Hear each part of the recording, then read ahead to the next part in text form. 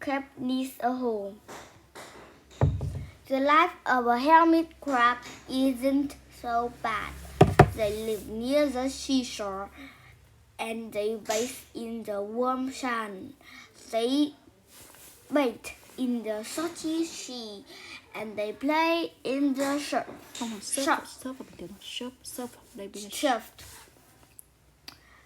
The view of great too. Sunrises and sunset can be pretty spectacular, and you can't beat the night sky with all of its twinkling stars. But for one hermit crab, life was not so great. You see, Cap was a hermit crab for a spectacular protection.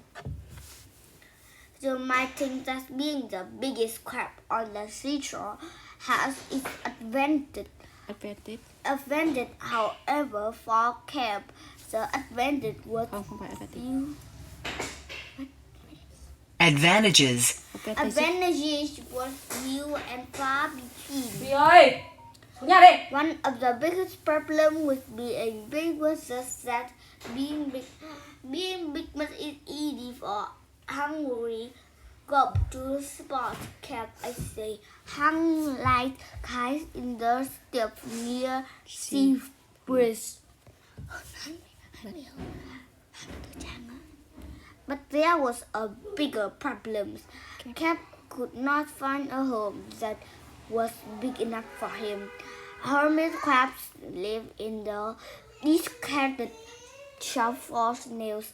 As a crab grows, it moves out of the shell and into one shell and into a bigger one. The trouble is that most snails are not very big. Now that is not a huge problem for most normal-sized crab, but for Cap it was a problem for upward enormity.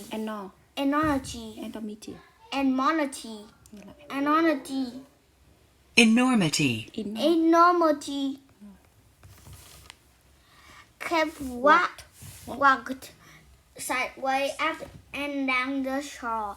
He searched and searched for a shell big enough to use as his home.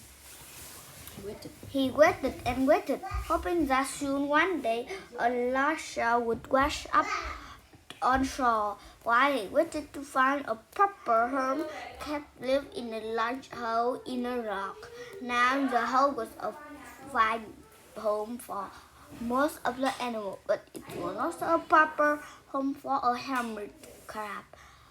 Whenever Cap wanted to go out, he felt nice. The hermit crab made fun of him. The group swooped down to make him their dinner. Cap always managed to escape the group, but the teasing from other crabs hurt the crab to the core of his feeling. To hide his niceness, Cap tried everything, but he gathered feathers and he found along the shore and stuck them together with a fishing line. Then he wrapped them around his soft feather. A soft shell. But the other crabs thought he looked silly. Look at Cap now, they said. He thinks he is a bird. The next thing you know, he will try to fly. Cap feeling was hurt even more. He threw off the feathers and returned to his hole in the rock. Next, he gathered seaweed and boiled it together to make the fine-looking shirt. But soon the seaweed began to rot and smell. The smell was so bad that not even Cap could stand it. So he threw away his seaweed suit and returned to his hole in the rock. Peering out of his hole one morning, Cap noticed something strange as washed ashore. He crawled out of her hole to take a closer look. He got closer. He could see it was a boot, and a very fine boot it was. The boot was bright blue, which was Cap's favorite color in the world. He had always admired the blue starfish in the tide pool, and he thought that blue crab was the most handsome of all the crabs. He had looked for a blue snail shell for a home. When he was a smaller crab, but he had never found one. Cap examined the boat more closely.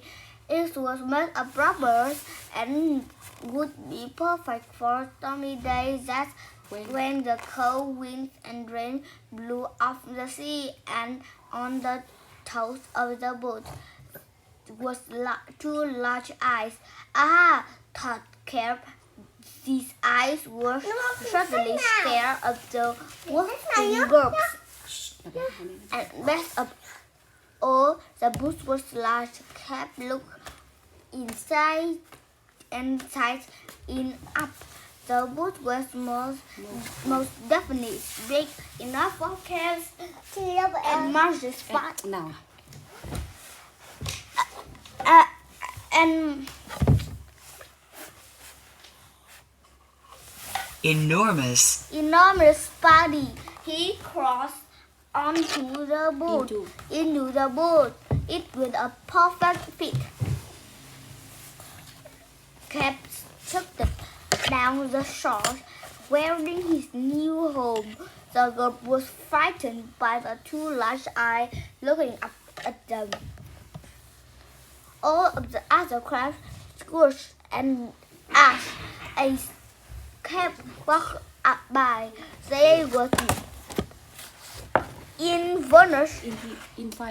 envious of Cap's beautiful new home. Cap was not only the biggest crab on the shore, he was almost the most handsome. The next week, Cap had an open house. All of the other crabs came to see Cap's house, and they all brought him gifts. Cap was no longer the laughing stock of all the crabs.